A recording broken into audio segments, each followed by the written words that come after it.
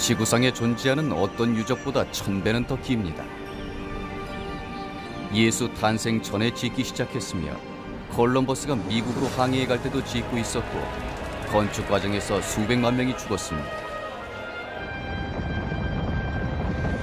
어떤 말 못할 두려움 때문에 중국인들은 세계에서 가장 긴 공동묘지라고 불리는 만리장성을 쌓기 시작했을까요?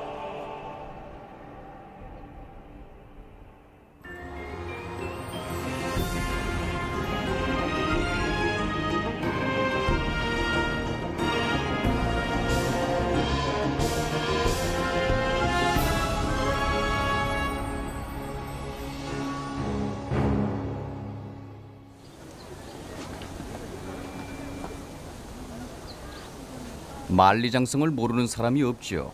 미국 대통령이 사진을 찍고 매년 수백만 명의 관광객이 찾는 곳이지요.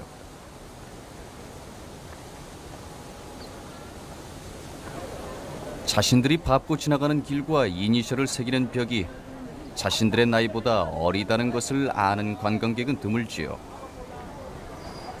불과 몇십 년 전에 재건축됐으니까요.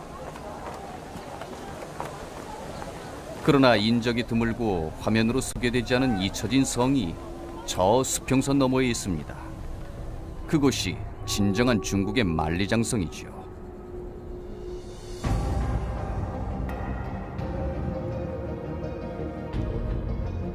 황해 바닷가에서 시작해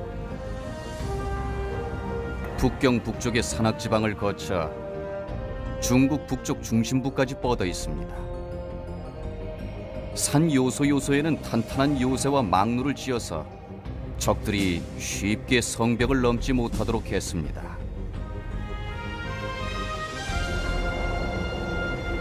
성벽은 큰 강 연안까지 이어져 있으며 사람이 살지 않는 수천 킬로미터의 사막과 험준한 산들을 지나고 있습니다.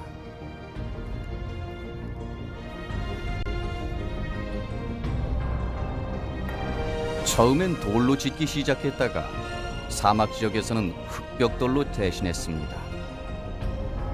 그리고 마침내 만리장성은 이곳 백강이 내려다보이는 한적한 망루에서 끝납니다.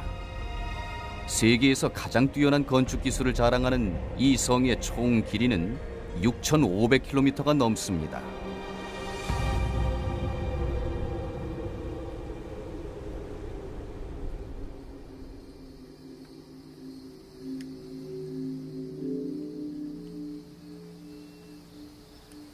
이것은 챙달린이 이번 달에만 15번째 찍은 새벽 사진입니다.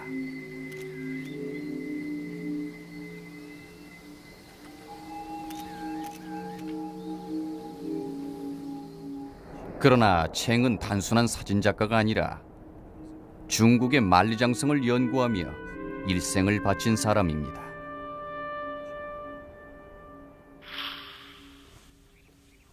수년 동안 잊혀졌거나 버려진 성벽을 찾아 중국 전역을 돌아다니고 있습니다.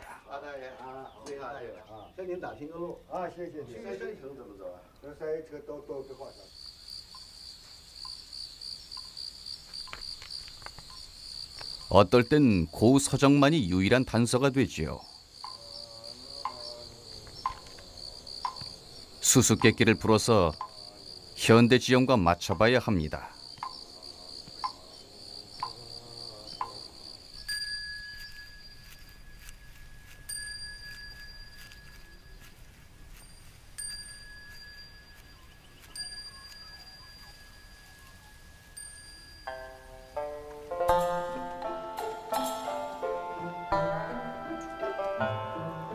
뱀과 미친 개를 쫓기 위해 막대기 하나만 달랑 들고 수천 킬로미터를 걸어 다녔지요.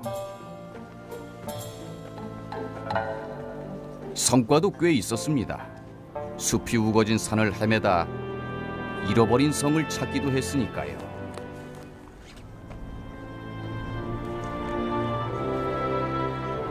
아무도 몰랐던 사실이지만 이것도 고대 만리장성의 일부였지요. 초기 것이고 기존 장소에서 많이 벗어나긴 하지만요.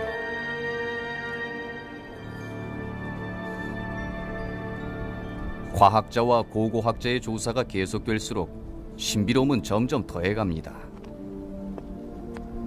일생 동안 돌아다니며 최근 수천 킬로미터에 잊혀진 성벽을 찾아냈습니다. 사실 우리가 알고 있는 성벽을 일렬로 세우면 총 길이가 5만 5천 킬로미터로 지구 주위를 2바퀴를 돌고 남을 거리지요. 그러면 왜 막대한 비용을 들여 이렇게 긴 성벽을 쌓았을까요? 중국인들은 무엇이 두려웠을까요?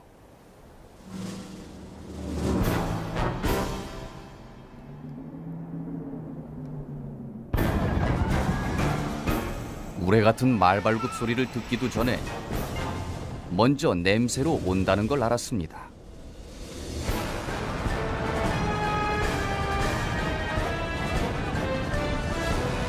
그자들은 약탈하고 강간하고 불태워버렸습니다.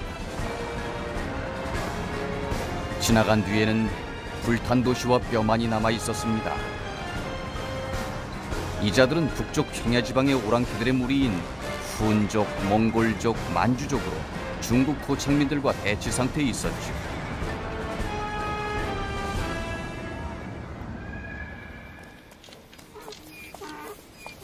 중국인들은 이 오랑캐를 두려워했고 그 야만적인 생활에 치를 떨었습니다. 유명한 시를 인용하면 밭도 목초지도 없이 황토 사이로 흰 뼈가 있는 황무지로다. 오랑캐들은 가축을 먹고 살았습니다. 가축에게서 음식, 우유, 고기와 옷, 유르트라 부르는 천막을 지을 때 쓸 가죽을 취했습니다. 배설물은 연료로 사용했습니다. 이런 척박한 환경에서 불을 지필 유일한 연료였지요. 혹독한 기후 때문에 오랑캐들은 항상 이동을 하면서 가축을 먹일 목초지를 찾아다녔는데 질병과 추운 날씨로 가축대가 몰사하면 오랑캐들은 교역을 거부하는 중국인들을 공격했습니다. 중국엔 쌀, 비단, 문자와 고도로 세련된 문화 등 오랑캐가 못 가진 것이 전부 있었지요. 만리장성은 문명국인 중국과 야만족 사이의 경계였습니다.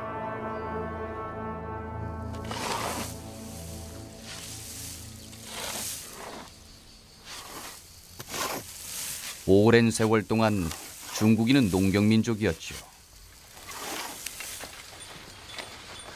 땅을 소유하고 그곳에 정착해 재산, 땅, 가축과 가구와 물건들로 가득 찬 집을 늘려갔습니다. 오랑캐들의 습격이 두려울 수밖에 없었지요.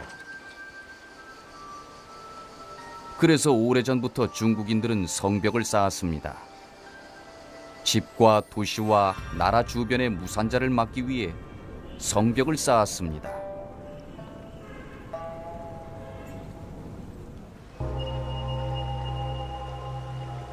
성벽 쌓기는 중국인들의 의식에 깊숙이 자리 잡아 도시를 뜻하는 한자와 성벽을 뜻하는 한자는 같습니다.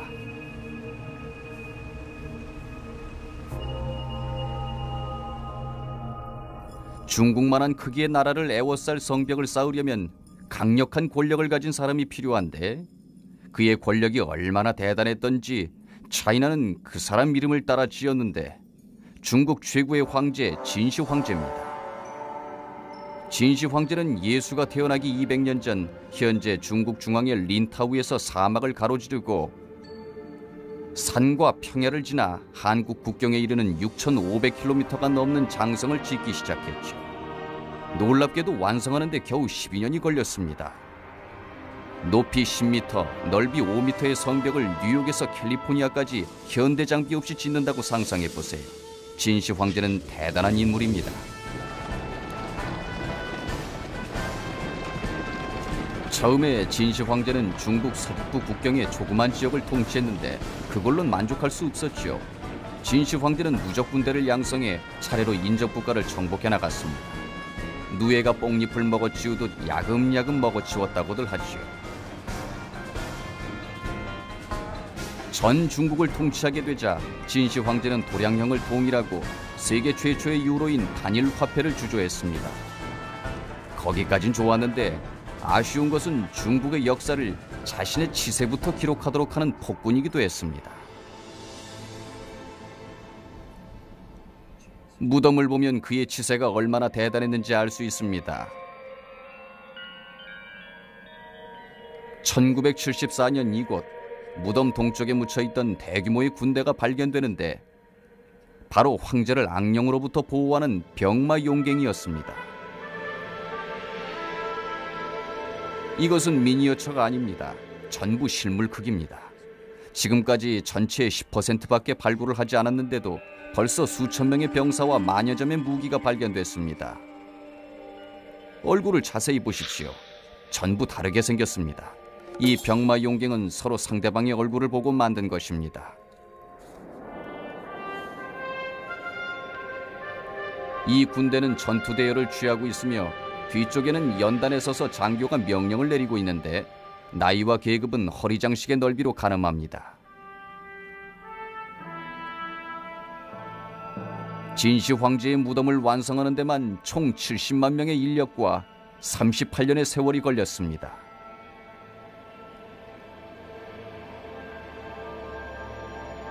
중국이 통일되자 진시 황제는 제국을 정비하고자 30만 대군을 북쪽 국경 지역으로 보내 늘 위협이 되던 오랑캐들을 쫓아냈습니다. 그 일이 끝난 후에도 진시 황제는 군대를 주둔시키고 그곳에 사는 50만의 농민들과 함께 첫 만리장성을 짓게 했습니다.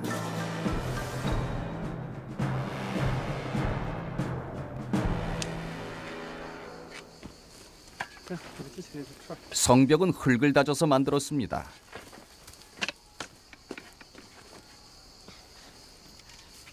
중국 시골 지역에서는 오늘날에도 사용되는 기술로 먼저 나무 판자를 벽 두께 넓이만큼 서로 평행이 되게 놓습니다. 그런 다음 흙을 판자 사이에 넣고 물을 붓고 발로 밟아 다집니다. 그렇게 판자를 위로 쌓아가면 성벽이 한층 한층 더 높아지게 되죠. 비용도 적게 들고 속도도 빠릅니다. 정확히 계산해 돌로 쌓는 것보다 10배는 더 빠르지요. 그렇게 해서 진시 황제는 12년 동안 6,500km의 성벽을 쌓은 겁니다. 놀랍게도 이 성벽은 아주 오래 버틸 수 있습니다. 이 고대 도시의 성벽은 거의 2000년이 된 것인데 고비 사막의 건조한 기후에서 잘 보존됐습니다. 만리장성이 중국을 보호했지만 백성들은 크나큰 대가를 치러야 했습니다. 수백만 명의 남자들이 성벽 건축 도중에 피로로 죽었는데 시체를 갈아서 모르타르로 사용했지요. 시체의 뼈가 얼마나 많았던지 모르타르의 색깔이 하얗게 됐다는 얘기도 있습니다. 아무도 진시 황제의 엄한 규칙에서 벗어날 수 없었지요. 농부들은 세금을 내어 그의 제국을 살찌우는데 일조를 했습니다. 중국의 위대한 유산은 가난한 백성의 눈물 위에 지어졌고 진나라는 슬픈 이야기로 얼룩졌습니다. 중국에서는 우리에게 백설공주나 로빈후드만큼 잘 알려진 이야기가 있습니다. 아주 추운 겨울날 맹창누는 만리장성 축제에 착출된 남편을 찾아 나서기로 결심을 합니다. 사랑하는 남편에게 줄 따뜻한 옷을 가지고 첫 번째 막루에 도착해 병사에게 남편이 어디 있는지 물었습니다. 남편이 이미 죽은 걸 알았지만 도저히 그 사실을 전할 수가 없었던 병사들은 장성을 따라 두 번째 막루로 가라고 말해줍니다. 그러나 거기서도 똑같은 이야기를 듣게 되지요. 맹은 남편을 애타게 찾으며 티베트 고원에서 황해바다까지 성벽을 따라 걸어갔지요.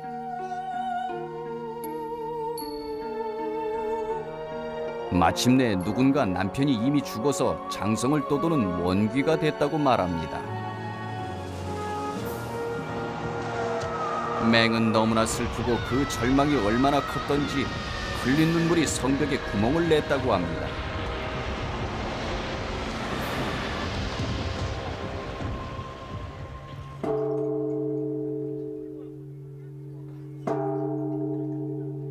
맹창루를 기리는 절이 아직도 남아있는데 이곳에서 사람들은 행운을 바라며 종을 울리고 그녀의 혼을 위로합니다. 망원경으로 전설 속의 여인이 흘린 눈물 때문에 생긴 성벽의 구멍을 볼 수도 있습니다.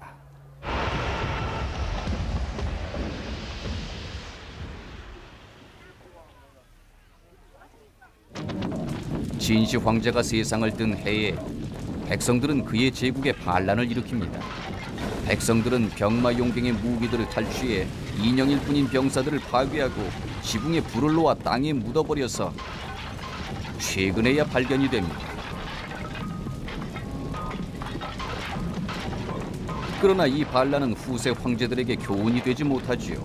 곧 새 왕조는 진시 황제가 지은 것보다 더 큰 성벽을 쌓기 시작했습니다. 진시 황제는 만리장성을 백성의 피와 목숨으로 축조했습니다. 이제 새 왕조인 한조도 장성 축조에 집착하게 됩니다. 그러나 다른 도움도 받게 되지요. 후난의 천리마 청동상은 중국 고고학의 가장 뛰어난 발견입니다. 이 말이 바로 한나라의 막강한 무기로 중국의 적인 오랑캐에게서 들여온 새 품종의 말입니다. 이 말은 중국인들이 본 어떤 말보다 강하고 더 빠르고 다부졌는데 그 당시에 크루즈 미사일과 같은 것으로 어느 예술가가 뒷발굽으로 참새를 누르며 바람을 가르는 모습을 동상으로 남긴 게 이해가 가지요. 이제 군사적인 성공에도 불구하고 중국의 새 통치자인 한 왕조는 만리장성이 필요했습니다. 그래서 예수가 살았을 그 즈음에 두 번째 만리장성을 축조하기 시작했습니다.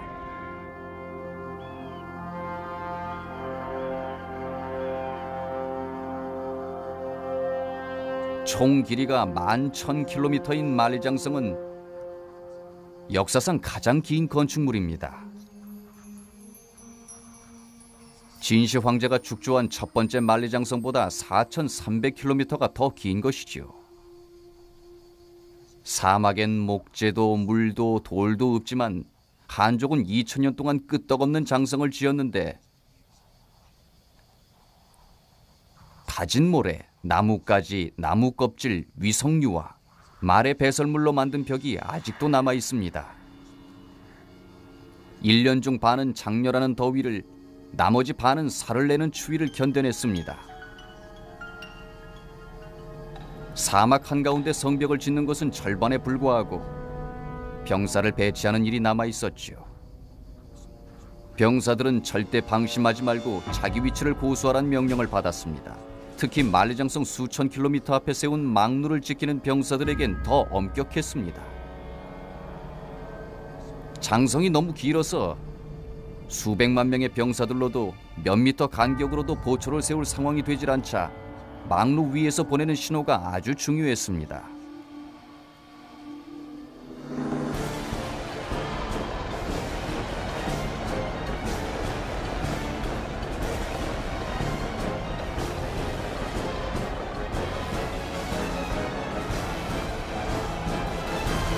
연기 신호를 사용해서 중국인들은 진보적이고 성공적인 신호 체계를 발달시켰지요.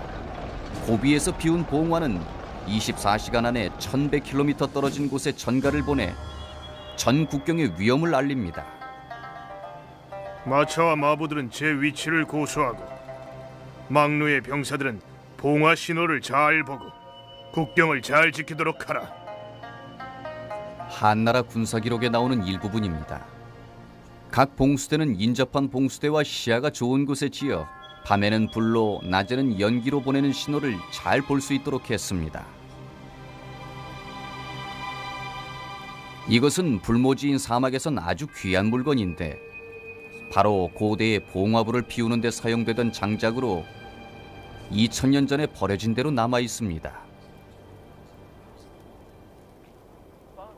우리가 고대의 생활성을 잘 알 수 있는 것은 건조한 고비 사막이 문자를 잘 보존했기 때문인데 기록이 묻혀있던 망루에서 많은 사람들이 살고 죽었지요. 이 외딴 막영지에서 모래를 치우고 털을 다져야 한다. 이것은 정말 무덤과도 같고 당신이 너무 그릿불이여. 지난주엔 처벌을 받았어. 어떻게 너한테 감사한 마음을 표현할지 모르겠구나, 얘야. 그날 밤 기억나니? 둘이 많이 취했었지. 보내준 음식과 약은 잘 받았어. 당신에 대한 내 마음을 표현할 길이 없구려. 여기는 항상 할 일이. 오늘은 채찍을 150개나 만들었다. 우린 전부 노예나 같다오.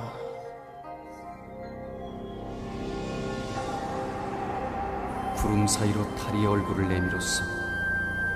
보초를 서고 있을 땐 눈에 보이는 건 황량한 경치뿐 생명체란 없다. 집을 생각하면 고통스럽기만 하고 이 유배 생활은 끝나지 않을 것 같구려. 많은 병사들이 집으로 돌아가지 못하고 이런 무덤에 묻히게 됐습니다. 큰 무덤은 장교용, 작은 무덤은 병사용이죠. 모두 만리장성을 지키다가 죽었습니다.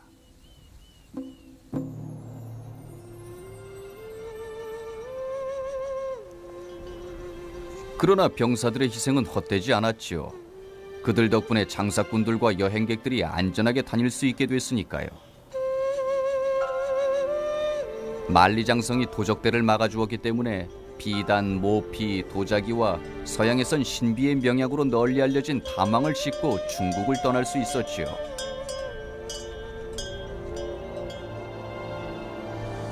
이곳이 그 유명한 실크로드입니다.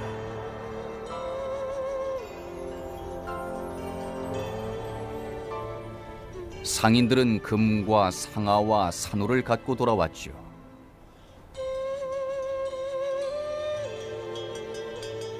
세계에서 가장 황폐한 사막을 가로지르는 위험한 길이지만 그래도 만리장성과 병사들이 산적들을 막아주고 있었습니다.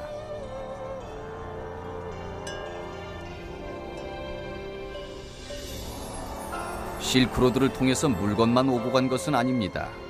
물건과 더불어서 사상과 발명품도 들어왔습니다.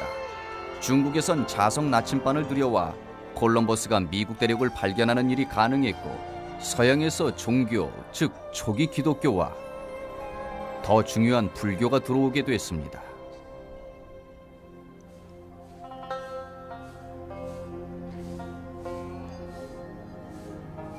불교와 함께 전파된 미술은 중국에서 혁명적인 일이었지요. 대규모의 건축물을 짓는 데 익숙한 중국인들은 만리장성 지을 때 터득한 기술을 새 종교 미술에 적용했으며 그 결과는 어마어마했지요.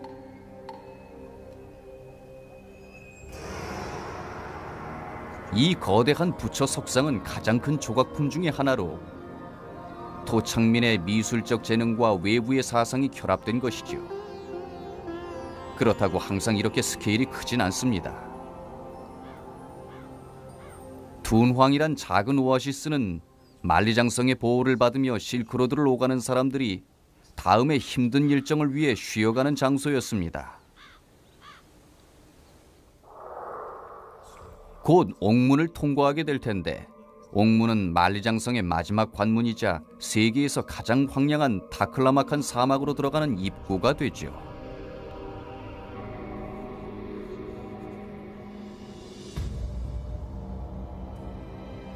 안전한 여행을 보장받으려고 여행객들은 그곳 화가들에게 돈을 주고 둔왕 주변 절벽에 불단을 그리도록 했습니다. 불단에 본인의 초상화를 그려놓은 거지요. 그렇게 해서 보살들이 앞으로 보살펴줄 거란 믿음을 가지게 된 겁니다.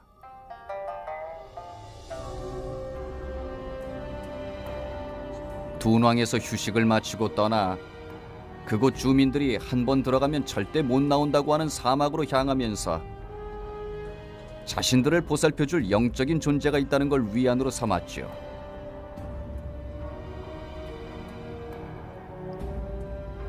이곳이 만리장성의 보호를 벗어나는 마지막 관문이고 이제 미지의 위험에 노출됩니다. 만리장성 끝에 위치한 옥문을 노래하는 유명한 시가 있는데, 황해가 하얀 하늘까지 뻗어있고 외로운 망루는 수천 산 속에 서 있어 옥문에는 봄이 오지 않네.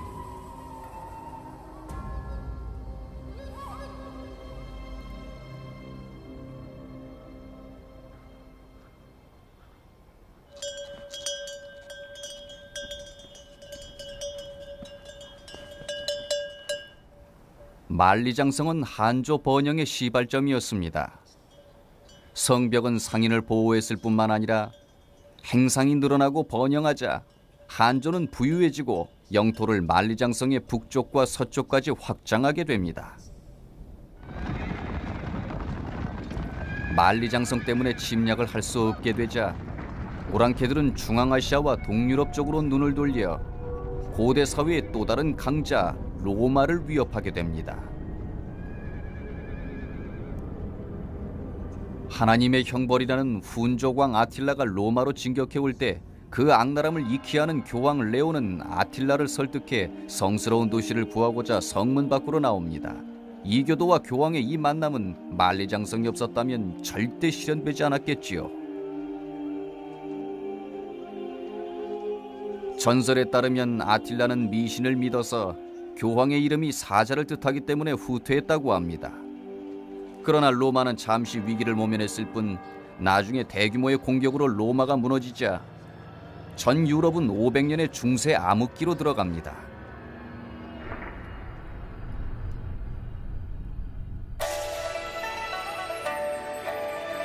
유럽이 고통받는 동안 중국은 황금기에 접어들었는데 바로 중국 역사상 가장 부유하고 강력한 왕조인 당나라가 시작된 것이죠. 수호신들이 전국 각지에 흩어져 있는 중국 황금기의 무덤들을 보호하고 있습니다.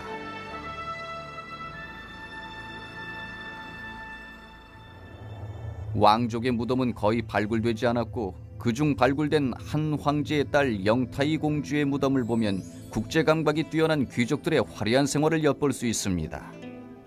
실크로드를 통해 수입된 옷을 입고 폴로 경기를 하는 모습이 보이지요.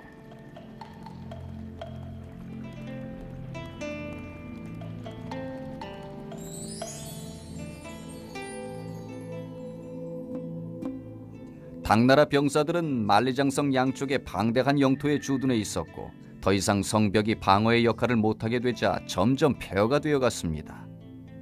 초원의 질서를 유지하기 위해 당나라는 만리장성 대신 무역과 외교를 이용했으며 가장 뛰어난 외교 수단은 중국의 공주들이었습니다.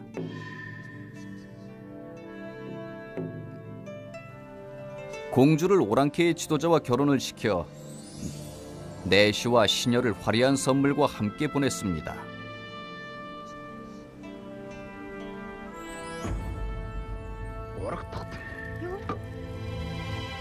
공주에게 오랑캐의 생활은 고문과도 같았지요. 연약하고 귀중한 도자기처럼 다루어지는 데 익숙한 공주들은 이제 삶은 고깃덩이를 먹고 썩은 마루유를 마시고 몸도 씻지 않는 야만적인 남편과 잠자리를 해야 했습니다. 한 공주의 넋두리입니다. 이 천막이 내 집이나 갇혀 사는 것만 같네. 상한 우유를 마시고 낯선 이국 땅에서 살며 매일 밤 황새가 되어 집으로 날아가는 꿈을 꾼다네. 공주의 인생을 희생하여 야만인과 살게 하는 것이 평화의 대가치곤 싼 편이지요. 만리장성을 짓고 병사를 배치하는 것보단 훨씬 쌌지요. 그러나 이 정책은 오래가지 못했습니다. 새로운 위험은 북방의 황무지에서 시작되고 있었지요. 중국은 세계 역사상 가장 전설적인 전사를 만나게 됩니다.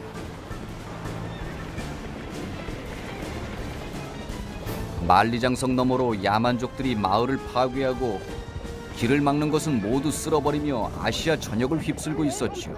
그리고 중국에서도 악몽은 시작되는데 오른손을 피로 물들인 한 아기가 탄생합니다.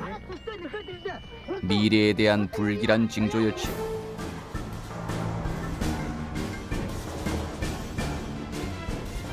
태무치는 자라면서 점점 더 강해졌고 모략과 배신으로 부족을 통합하는 기술을 배워서 자신의 부족과 전 오랑캐 부족의 지도자가 됩니다. 1204년에 모든 부족들이 태무친 앞에 굴복하자 마침내 그는 모든 부족의 첫 왕이 됩니다. 그가 바로 징기스칸으로 왕 중의 왕이란 뜻이죠. 징기스칸의 무지막지한 전사들은 고통과 자비를 모르고 말을 타고 며칠씩 달려도 끄떡없으며 먹을 음식이 없으면 말의 피를 빨아 허기를 채웠습니다. 절대 포로를 잡는 법이 없이 도시 전체를 사륙하기도 했습니다. 백성들은 너무나 두려워서 싸우지도 않고 항복했습니다. 징기스칸은 곧 남쪽에 있는 비옥한 중국으로 눈을 돌립니다. 피 묻은 손으로 태어난 이자는 곧 자신의 야심을 채우게 될 것입니다.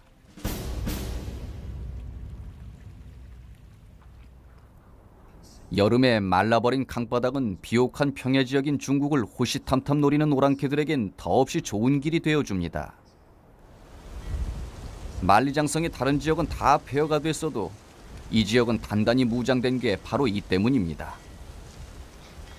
10만 전사로 이루어진 몽고 군대가 수도인 북경 북쪽 통로인 이곳을 통해 중국을 침략했습니다. 이곳은 지금도 산악지방을 통과해 북경으로 들어가는 주요 도로이자 철로입니다. 징기스칸은 주영관 요새에 북쪽 문 앞에 잠시 멈춰야 했는데 중국인들이 몽고 군사들을 지연시키려고 성문 앞에 대못을 박아놓고 문을 열지 못하도록 쇳물로 녹여놨기 때문이죠. 한 달여의 대치에도 불구하고 방어의 틈이 보이질 않자 징기스칸은 허를 찌르기로 결심을 하지요. 그는 군사를 보내 그 당시엔 보수가 되지 않아 무너진 성벽을 넘어가 요새 뒤에서 공격을 하게 했지요. 중국 군대가 일의 전후를 알아차렸을 땐 이미 늦었습니다. 몽고인들은 평원으로 물밀듯이 밀고 와 주영관을 뒤에서 공격했습니다. 몽고군은 북문을 파괴하고 밖에 있던 군대가 들어옵니다. 이국인들과 야만인 손에 중국이 떨어진 이 일은 중국인들에겐 절대 잊을 수 없는 쓰디쓴 교훈이었습니다. 징기스칸의 후계자인 쿠빌라이 칸은 세계에서 가장 큰 제국을 다스리게 되는데 그 범위가 중국에서 유럽 국경에 이르렀습니다. 그 땅을 혼자 다스리는 그에겐 만리장성이 필요 없었지요. 그는 모든 것을 통치했습니다. 이때 바로 그 유명한 마르코 폴로가 중국을 방문하고 자신의 경험을 책으로 펴냅니다. 많은 사람들은 왜 그가 중국의 유명한 만리장성에 대해 언급을 하지 않았는지 궁금히 여기는데 이유는 간단하죠. 만리장성은 이미 폐허가 되어 언급할 가치가 없었으니까요.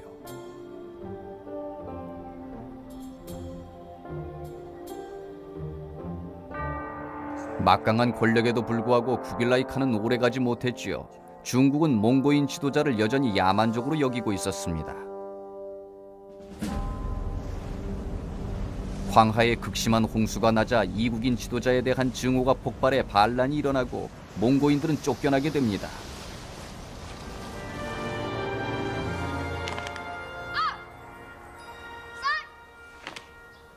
이제 중국인 왕조인 명나라가 통치를 하게 되고 명나라는 과거의 실수를 되풀이하지 않겠다고 다짐합니다. 이 사람들이 명나라 때 만리장성을 짓고 몽고족을 중국에서 몰아낸 이들의 후손입니다. 이 사람들은 마지막 만리장성을 보호한 조상을 자랑스럽게 여깁니다. 그래서 외딴 시골에 살면서도 들판으로 일하러 나가기 전에 아침마다 무술을 연마하는 것입니다.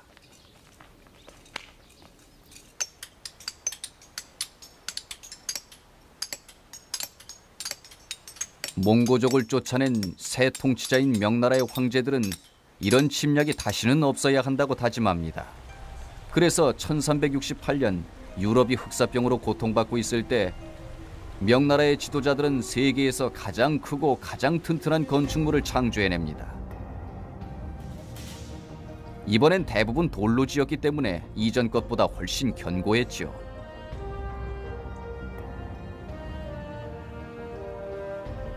명나라 때의 장성은 황해의 산해관에서 고비 사막의 자위관까지 이어집니다.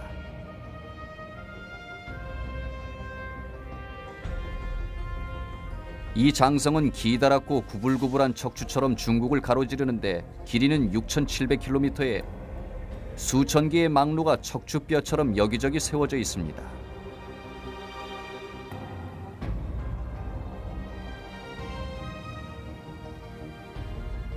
만리장성은 대부분 돌로 지어졌는데 흑벽돌로 짓는 것보다 100배는 더 힘이 드는 작업이죠.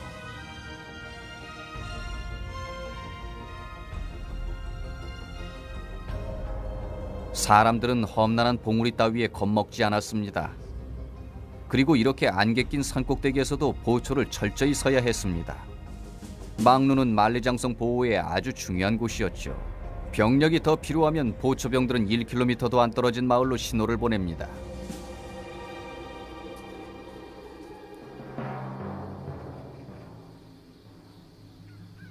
이곳엔 오랫동안 방치된 막사를 보호하던 망루의 벽이 아직도 남아 있습니다. 이곳엔 500명의 군대가 주둔해 있었고 그걸로 부족하면 몇 분 거리에 지원을 요청할 수 있는 더 큰 군대가 주둔해 있었습니다. 이렇게 해서 만리장성에 있는 소수의 병사가 몇 시간 안에 100만 명이 넘는 군사를 소집할 수가 있었던 것입니다.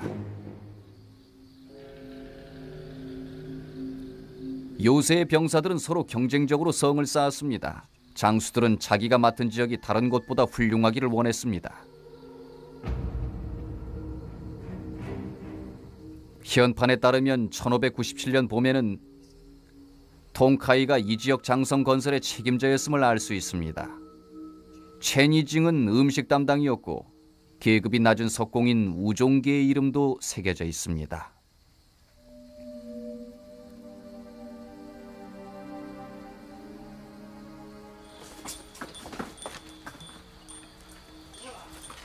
이 정도의 성벽을 쌓는 건 쉬운 일이 아니죠.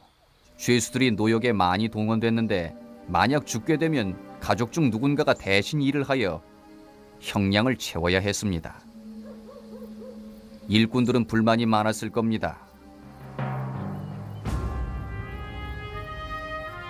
15m마다 빗물을 받을 배관을 설치했습니다.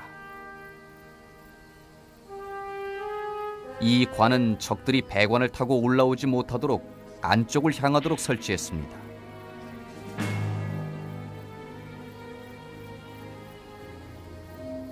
이곳 망루로 올라가는 방어벽은 경사가 급해 혹 적이 성벽 꼭대기까지 와도 중요한 망루는 방어할 수 있도록 해놓았습니다.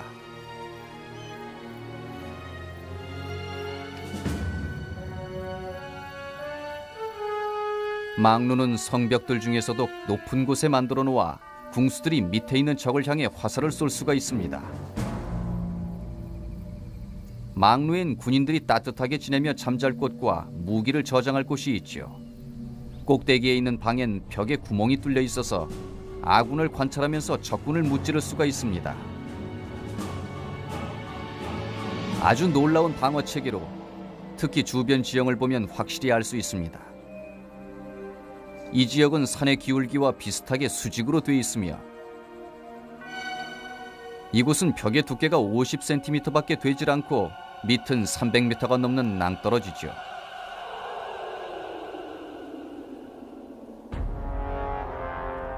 다시는 중국이 야만족의 통치 아래 놓이면 안 되겠기에 명나라는 중국 영토를 물샐 틈 없이 방어하여 아무리 작은 무리가 들어와 대군을 위해 문을 열지 못하도록 했습니다. 명나라 황제들은 어떤 대가를 치르더라도 명나라를 강력한 국가로 만들길 원했습니다. 이곳이 그들이 통치를 했던 곳인 위대한 북경의 자금성입니다. 정원, 방, 절, 궁전이 모두 들어있는 이곳은 180에이커가 넘는 곳으로 해자와 강력한 성벽이 에워싸고 있습니다. 자금성은 신과 같은 명나라 황제들이 자기 영토의 백성들에게 성가식에 시달리지 않으면서 통치하고 거주하는 격리된 공간이었습니다. 이 주홍색의 벽 안에선 역사상 아주 독특한 생활 방식이 존재했습니다. 그 중심은 중국의 통치자인 황제로 매일 복잡한 제사를 치러야 했습니다. 제사를 잘 지내야 나라가 번영하고 명나라가 번창할 수 있다고 믿었죠. 황제의 시중은 후궁의 무리가 맡았고 후궁의 무리를 보호하는 것은 후궁 무리보다 많은 수의 내시들이었습니다. 명나라 후대 황제인 완리 황제는 나약한 군주로 47년간 왕위를 지켰습니다. 완리는 궁궐 깊은 곳에서 통치를 하고 백성들과 대신들 앞에 모습을 드러내지 않고 내시들도 거의 얼굴을 못 봤죠.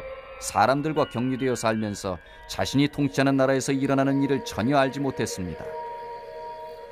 명나라 황제들은 수도인 북경 북쪽 무덤에 묻히게 됩니다.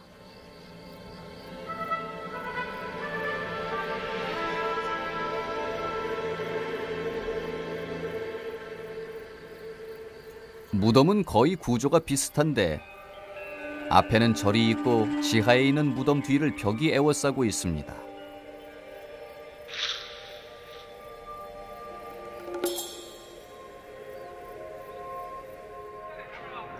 완리는 긴 통치 기간 동안 거대한 무덤을 만들었고 1956년 중국 고고학자들이 그 무덤을 열었는데 명나라 황제의 무덤 중 유일하게 발굴된 것이었습니다.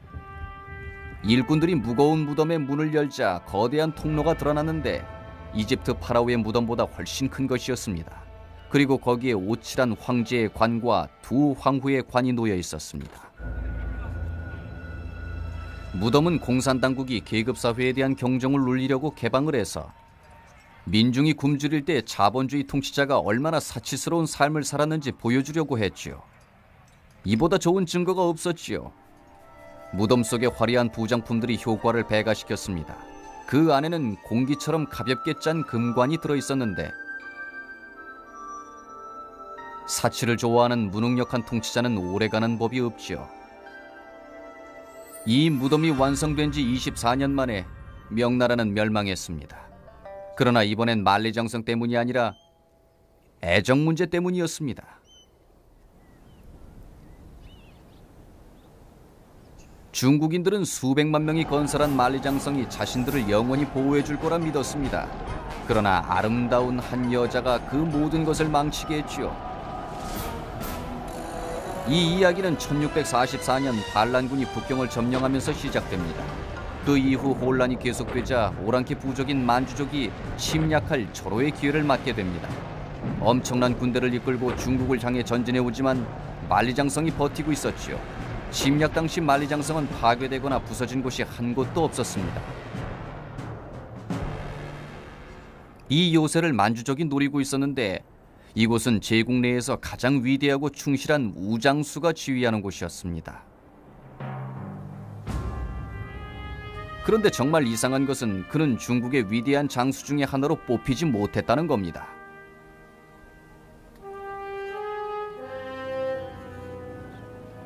그 이유는 만주족이 쳐들어왔을 때 한 행동 때문이었지요. 장수는 한 가지 약점이 있었는데 둥근 얼굴의 미인으로 소문난 자신의 애첩 첸을 지극히 사랑했단 겁니다. 그러나 첸은 불행히도 당시 북경을 접수한 반란군 지도자의 관심을 끌게 됩니다. 잃어버린 사랑을 되찾으려고 우장수는 적군인 만주군을 끌어들여 반란군을 소탕하고 물론 애첩 첸을 되찾으려고 했습니다. 이 사내관에서 우장수는 엄청난 일을 저지르고 마는데 성문을 열어서 만주족을 들여놓은 것입니다. 역사상 가장 위대한 건축물은 실패를 했는데 성 자체의 결함 때문이 아니라 어여쁜 여자의 미소에 부서진 것이지요.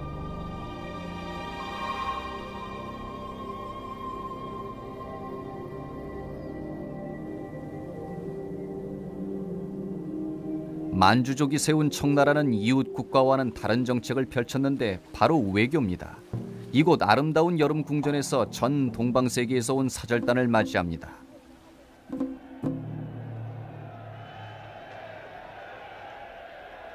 참석은 필수적이었으며 사절단은 황제에게 조공을 바치도록 돼 있었습니다. 이게 청나라식 외교였지요.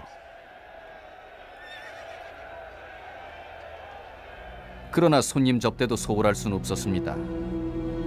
황제는 티베트에까지 관리를 보내 달라이 라마가 사는 곳을 그리고 측정해 와서 편히 머물 수 있도록 똑같이 만들기도 했습니다. 달라이 라마는 결국 오지 않았습니다.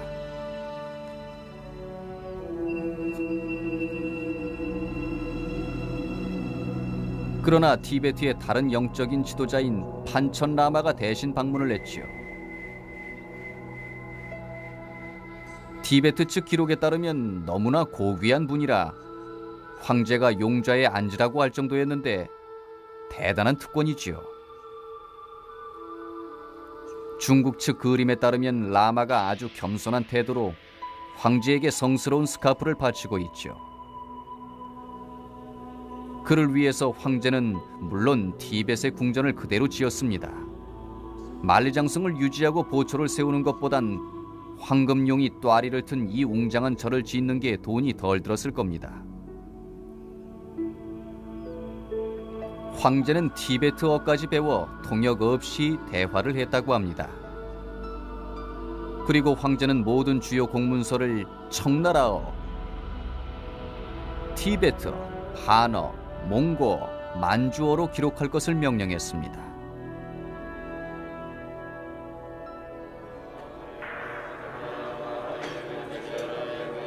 마지막 황제가 왕좌에서 물러난 후에도 오랫동안 많은 승려들이 이곳에 정착하여 종교 생활을 했습니다.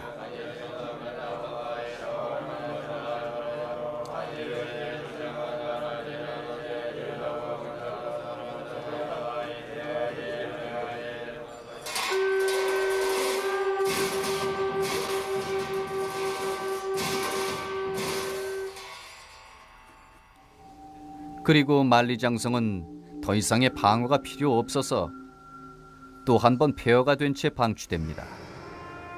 청나라가 유일하게 신경 쓴 성벽은 궁궐 주변의 것으로 사냥터로 아주 좋았기 때문입니다. 만리장성은 역사상 처음으로 중국 사람들에게 필요가 없게 됐습니다. 이제 만리장성의 마지막 장을 쓰려고 합니다.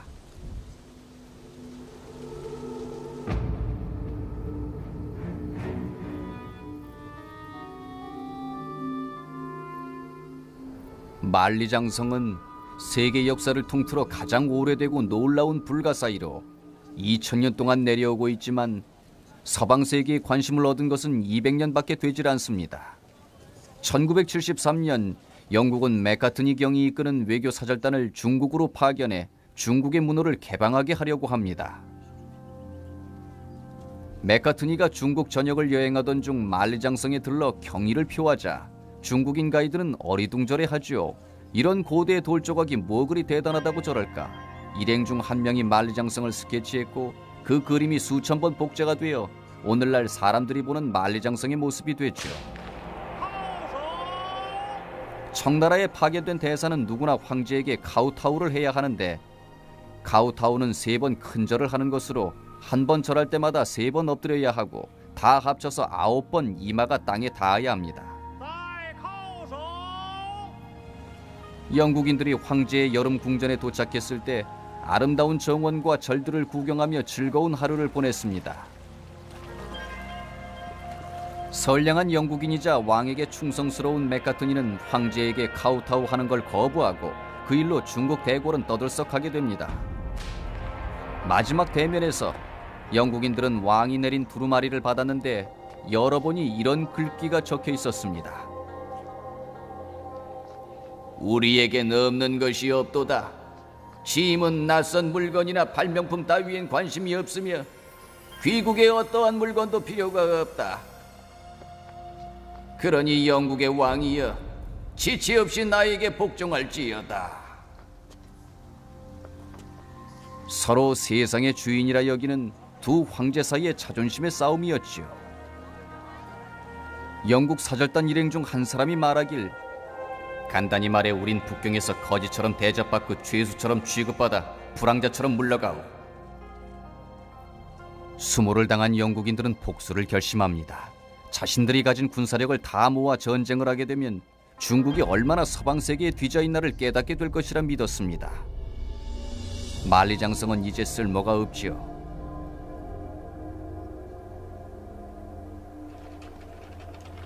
한 세기 동안 중국의 수모는 계속되는데 내전과 열강의 침략과 혼란이 뒤따릅니다. 20세기엔 마오쩌둥의 문화혁명 기간 중에 고대에 지어진 만리장성의 일부가 파괴되고 맙니다.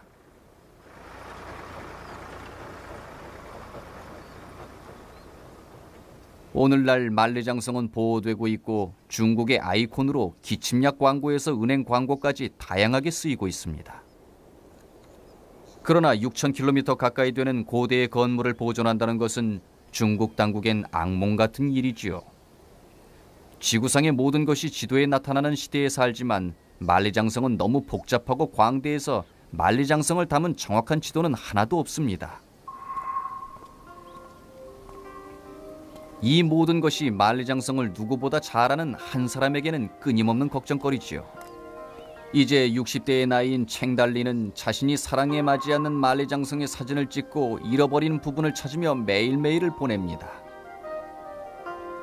챙은 자신의 뒤를 이을 젊은 학자가 없는 것이 걱정스럽고, 상업적 목적으로 만리장성이 훼손되는 것도 걱정스럽고, 외곽 지역의 성벽이 더 훼손될까 봐 걱정스러운데 만리장성의 중요성을 잘 알기 때문입니다.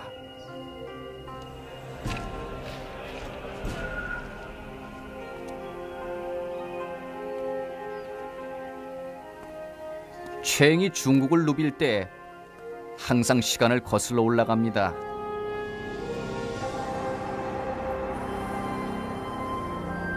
진시 황제와 수백만 명의 중국인들이 성을 짓다 죽은 그때까지 거슬러 올라갑니다. 챙은 그들이 잊혀질까 두렵습니다. 챙의 말을 빌면 그들은 인간이 지은 가장 위대한 건축물을 짓다 죽었습니다. 라고.